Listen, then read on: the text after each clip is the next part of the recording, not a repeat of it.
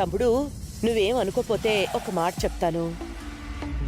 రాజు కంటే గౌతమ్ 100 రెట్లు మంచోడు. ఆ గౌతమ్ ఏం చేసినా మన రూప కోసమే చేశాడు, అంతేగాని మనని మోసం చేయలేదు. ఇప్పుడింకా మారిపోయి బుద్ధిగా ఉంటున్నాడు. పైగా మన రూపని ఇంకా ఇష్టపడుతున్నాడు. ఆ రాజుగాడు ఇంకో పెళ్లి చేసుకుంటున్నప్పుడు వాడు కట్టిన తాళి చూసుకుంటూ రూప ఎందుకు బాధపడాలి? ఆ తాళి తెంచేసి మనం రూపకు కూడా మళ్ళీ పెళ్లి చేద్దాం తమ్ముడు.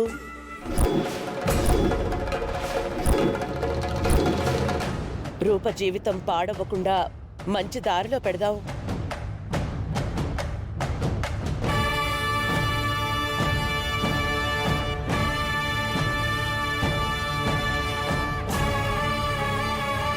నీకు మొహమాటం అయితే చెప్పు, గౌతమ్తో నేను మాట్లాడతాను. వద్దని చెప్పు నాన్న.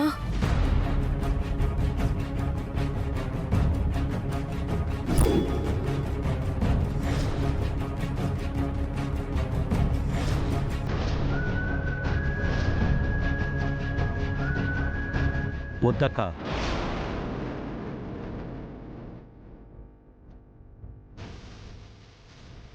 మనం వద్దనుకున్న వాళ్ళు ఏం చేస్తున్నా మనకు అనవసరం. దాని గురించి మనం ఆలోచించాల్సిన అవసరం లేదు. రూప పెళ్లి విషయంలో ప్రతిసారి నేను తీసుకునే నిర్ణయం వల్ల రూప సఫర్ అయ్యేది. ఇప్పటికీ సఫర్ అవుతూనే ఉంది. అందుకే రూప విషయంలో నేను ఒక నిర్ణయం తీసుకున్నానక్క.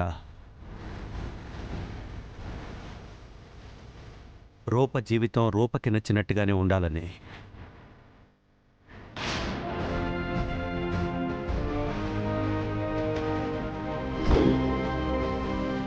మీరు కూడా రూప విషయంలో ఎక్కువగా ఆలోచించకండి అక్క.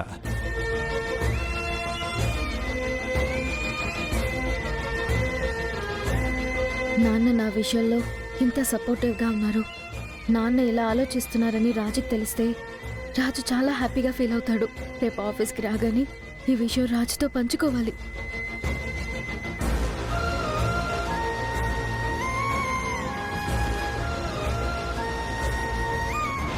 అంటే ఇప్పుడు రూప రాజుగాడిని కోరుకుంటే తెచ్చిస్తాడా మమ్మీ? తమ్ముడిని చూస్తుంటే అలాగే అనిపిస్తోంది, కానీ మనం చూస్తూ ఊరుకోలేం కదా. వీలైనంత వరకు విరూపాక్ష విషయంలో ఎలా కోపం తెప్పిస్తున్నావో రాజు విషయంలో కూడా అలాగే కోపం తెప్పించాలి.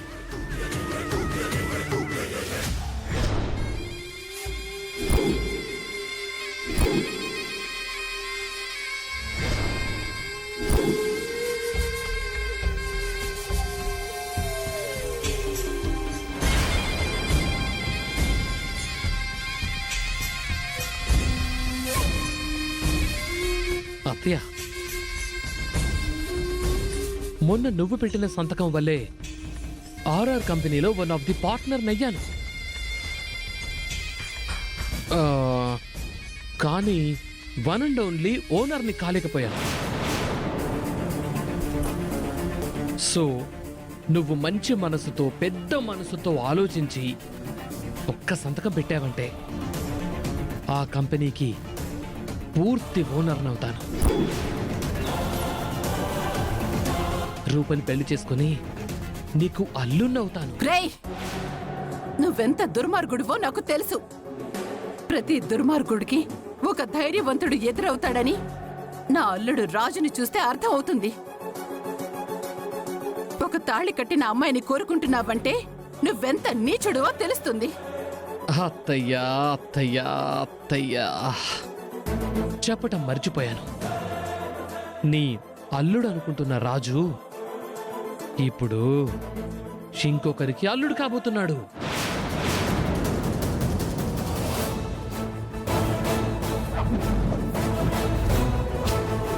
ఆ ఫంక్షన్ కూడా వెళ్ళాను.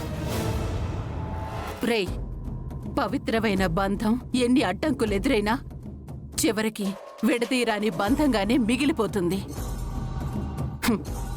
రాజు రూపల బంధం కూడా అలాంటిది. నీలాంటి నీచులు ఎంత మందొచ్చినా వాళ్ళని వేరు చేయలేరు. నీ కాన్ఫిడెన్స్ కి నీకు కంగ్రాట్స్ చెప్పాలనుంది అత్తయ్య. ముందు సంతకం పెడితే నేను వెళ్ళి ఆ రాజుగారిని ఎలా బయట గెంటేయాలని, రూపని ఎలా నా సొంతం చేసుకోవాలని ప్లాన్ వేసుకోవాలి. సంతకం పెట్టను. అత్తయ్యా, నీకు ఉన్నంత ఓపిక నాకు లేదు. నిన్ను చంపైనా సంతకం పెట్టిస్తాను. నీ బాబు వల్ల కూడా కాదు. ఏం? ఆ? పోతే పోన్లీ అని బ్రతంలాడుతూ ఉంటే బిల్డప్ ఇస్తున్నావా? నిన్ను చంపితే నీ తదనంతరం నీ ఆస్తి మొత్తం రూపకి చెందుతుంది. రూప చేత సంతకం పెట్టించిన ఆ కంపెనీ నా సొంతం అవుతుంది. చంపేనా? అంత దూరం ఎందుకని నేను నిన్ను బ్రతిమిలాడుతున్నాను. నన్ను అనవసరంగా రెచ్చగొట్టకు. సంతకం పెడితే అన్ని నువ్వు అనుకున్నట్టే జరుగుతాయి, లేదంటే నేను చెప్పినట్టు జరుగుతాయి.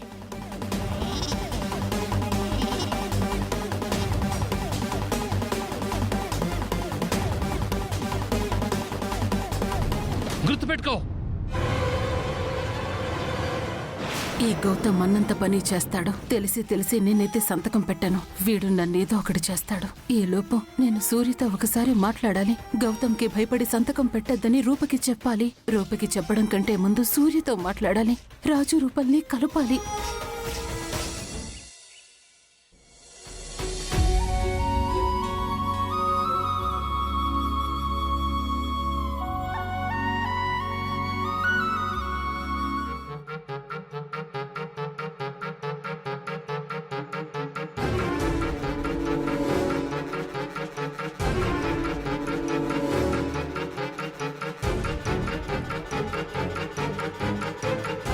ఇదేంది ఇంత ఆనందంగా ఉంది?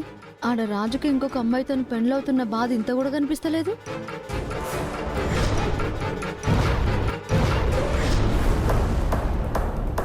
ఓహో, రాజు తనని పట్టుకున్నాడని పరవశించిపోతున్నదేమో. హాయ్ రేణుక. హాయ్ గౌతమ్. నిన్న ఫంక్షన్లో మనం ఏదేదో చేయాలనుకున్నాం, కానీ ఏమీ చేయలేకపోయాం. ఆ రాజుగాడు రూపని కాపాడడంతో మొత్తం కూల్గా అయిపోయింది. అవును గౌతమ్, ఇన్ని రోజులు ఏడుపు మొహం తప్ప నవ్వే కనిపించని రూపమొహంలో చాలా రోజుల తర్వాత నవ్వొస్తుంది. ఏమన్నా? చూడు,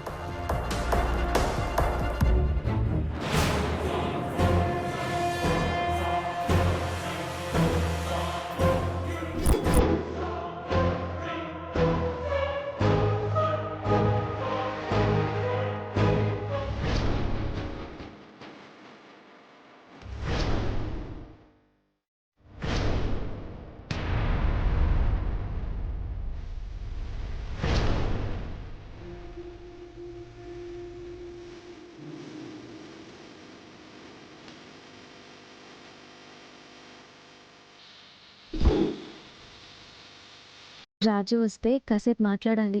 నా మనసులో ఉన్న భారాన్ని దించేసుకోవాలి.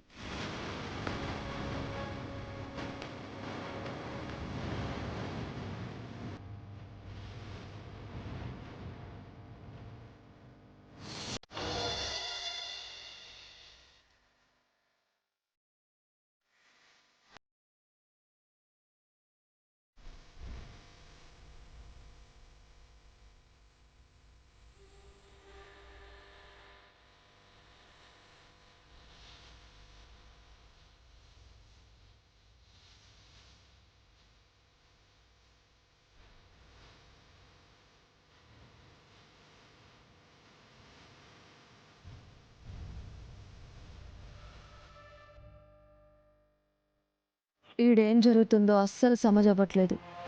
నిన్నటి వరకు బాధపడుతున్న వీళ్ళిద్దరూ గింత ఆనందంగా ఉన్నరేంది?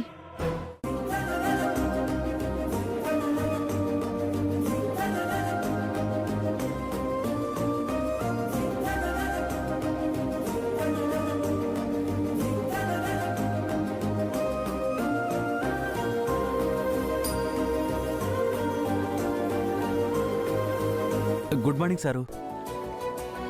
రూపం రమ్మని చెప్పు. అలాగే సారు.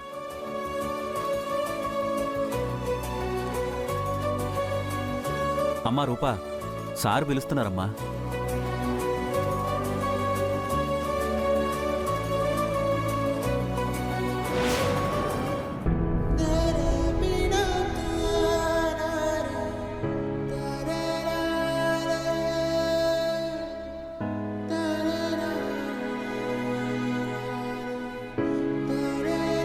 అమ్మాయి గారు, నైట్ మీకేమన్నా అవుతుందేమోనని చాలా భయపడ్డాను.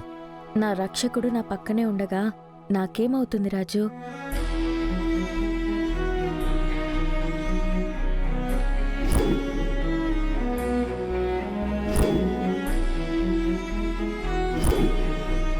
కానీ పెద్దయ్య గారు కోప్పడతారేమో అనుకున్నాను. అమ్మాయి గారు, ఇంటికెళ్ళాక ఏమైనా అన్నారా?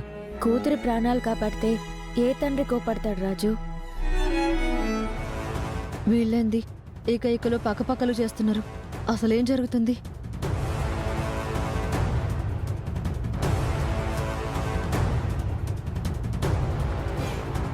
అంతేకాదు రాజు, నైట్ నాన్న ఒక మాట అన్నారు. ఏంటమ్మాయి గారు?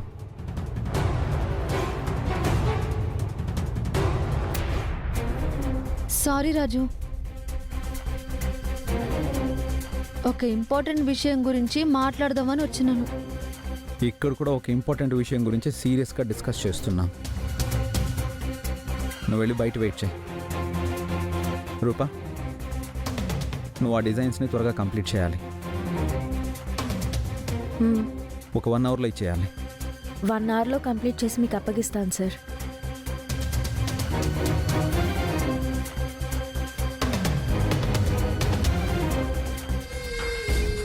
వీళ్ళిద్దరూ నిజంగానే వర్క్ గురించే డిస్కస్ చేస్తున్నారా? దానికి నవ్వుకోవడం ఎందుకు? మామూలుగా డిస్కస్ చేసుకోవచ్చు కదా.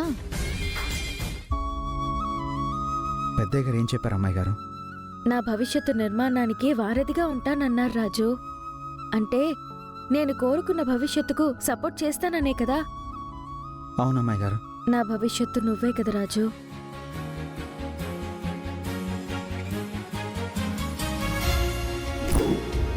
అమ్మాయి గారు, మనం ఒక్కటి కావాలంటే ముందు మనం మన పెద్దవాళ్ళని మార్చాలి. అవును రాజు, అత్తయ్యని కన్విన్స్ చేయడం నీ బాధ్యత, నాన్నని కన్విన్స్ చేయడం నా బాధ్యత. అలాగే అమ్మాయి గారు. వీళ్ళిద్దరు గిట్లుంటే నా మనసేం బాలేదు. వీళ్ళిద్దరి మధ్యలోకి పెద్దయ్య గారినైనా దేవాలి, అత్తనైనా రావాలి. అప్పుడే వీళ్ళని విడదీయొచ్చు. రాజు, నాన్నని కన్విన్స్ చేసే వరకు నేను నీ దగ్గరే పనిచేస్తున్నట్టు ఎట్టి పరిస్థితుల్లో నాన్నకు తెలియకూడదు.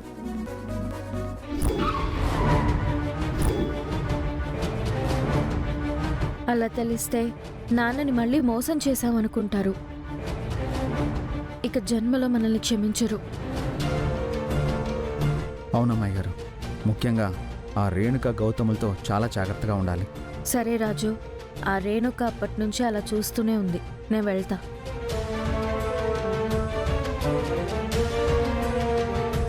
అమ్మాయి గారు, అప్పుడప్పుడు ఫైల్స్ తీసుకొని లోపలికి వస్తూ ఉండండి.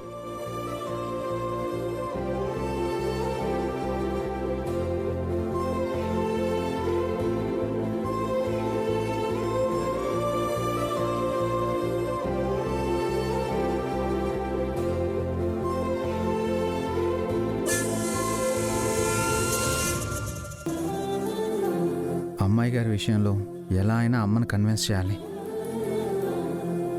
నాన్నని కన్విన్స్ చేస్తే రాజుతో హ్యాపీగా ఉండొచ్చు.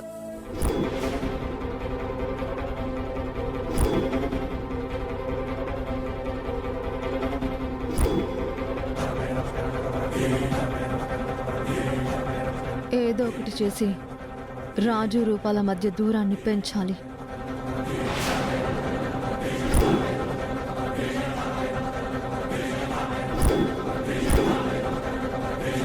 Excuse me.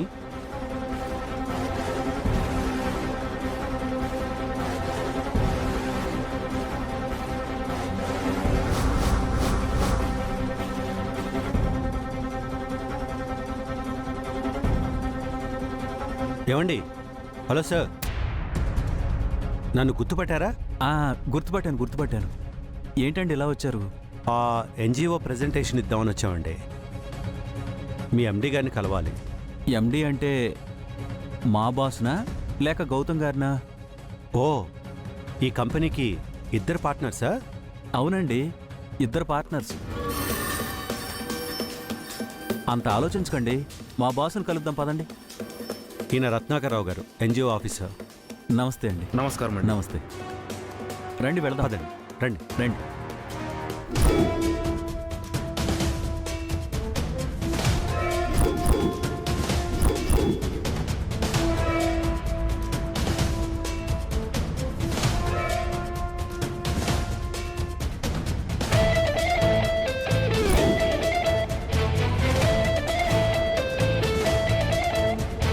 రండి.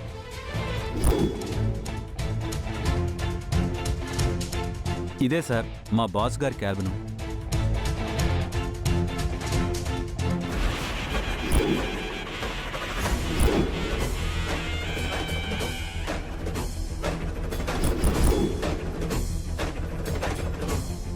నాన్నేంటి ఇలా వచ్చారు? రాజు క్యాబిన్ వైపు వెళ్తున్నారేంటి? ఇప్పుడు చూస్తే ఇంకేమైనా ఉందా? ఎలాగైనా ఆపాలి.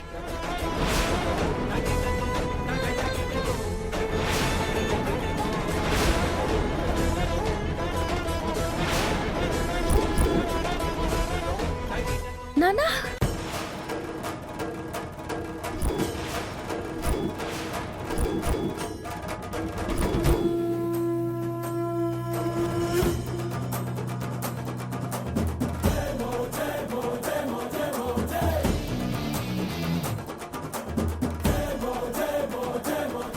నేను రాజు రూపల్ని ఎట్లా విడదీయాలా అని సోంచాయిస్తుంటే గా దేవుడు అయ్యగారినే పంపించాడు. రాజు ఆఫీస్లో రూప పనిచేస్తుందని తెలిస్తే చాలు పెద్దయ్య గారికి పూనకాలు వచ్చేస్తాయి. మీరేంటి నానా ఇక్కడ? నువ్వేంటమ్మా ఇక్కడున్నా? నేను జాబ్ చేసేది ఇక్కడే నాన్నా. అవునా? నాతో ఒక్క మాట కూడా చెప్పలేదు. మనం ఉన్న పరిస్థితుల్లో ఇవన్నీ చెప్పడం ఎందుకులే అని చెప్పలేదు నాన్న.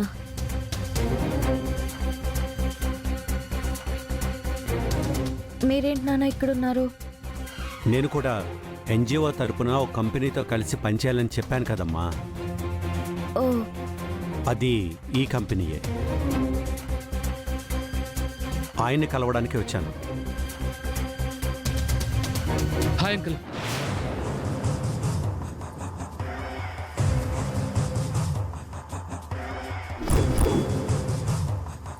ఏంటి అంకుల్ ఇక్కడే నుంచున్నారు?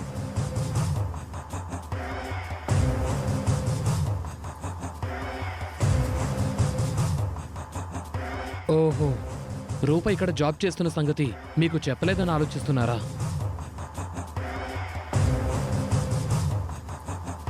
లేదు గౌతమ్, రూప నీ దగ్గర జాబ్ చేస్తుందేంటా అని.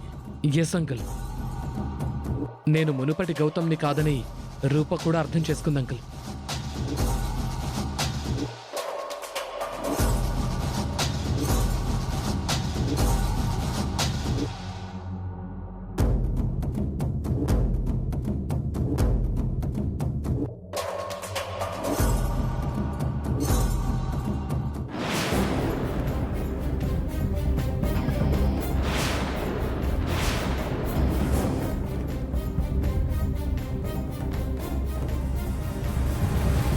ఎన్జిఓ ఎగ్జిక్యూటివ్ డైరెక్టర్ రత్నాకరరావు గారు. నమస్కారం సార్. మీ పేరు? గౌతమ్ అని ఈ కంపెనీకి వన్ ఆఫ్ ద డైరెక్టర్. మన ప్రాజెక్ట్ని యాక్సెప్ట్ చేసింది గౌతమే. Thank you so much sir. You're welcome.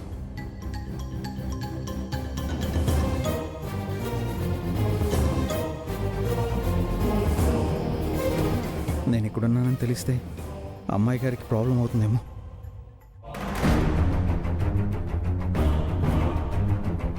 రండి అంకుల్, నా క్యాబిన్లో కూర్చొని మాట్లాడుకుందాం. ఎండి గారితో నేను మాట్లాడతాను. రూపా, నువ్వు కూడా రా. తర్వాతి ప్రోగ్రాం గురించి ఎండి గారికి నువ్వే కదా ఎక్స్ప్లెయిన్ చేయాల్సింది. రా రూపా. గౌతమ్ దుర్మార్గుడని భయపడిన రూప కుటుంబ పరిస్థితులు చూసి అదే గౌతమ్ దగ్గర తప్పక జాబ్ చేయాల్సి వస్తుంది. పాపం రూప కుటుంబం కోసం రిస్క్ అయిన జాబ్ చేస్తుంది. గౌతమ్ మునిపట్ల లేడు కాబట్టి నాకు కొంచెం ధైర్యంగా ఉంది. రాజు దగ్గర జాబ్ చేస్తున్నానని తెలిస్తే నాన్న ఎలా రియాక్ట్ అవుతారని భయంగా ఉంది. రండి అంకుల్, రండి అంకుల్.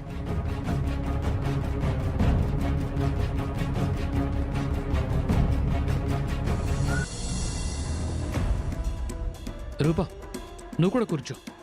పర్వాలేదు. అంకుల్, ఏంటిలా సడన్గా వచ్చారు? ఏమైనా ఇంపార్టెంటా? చేనేత కార్మికులను ఆదుకోవడానికి, వాళ్ళ ఉత్పత్తులు పెంచి వాళ్ళకి ఉపాధి కల్పించడానికి ప్రయత్నిస్తున్నారు. Sure uncle. ఒకేసారి ఒప్పందం కుదుర్చుకొని అగ్రిమెంట్ చేయించుకుందామని వాళ్ళని తీసుకొచ్చాను.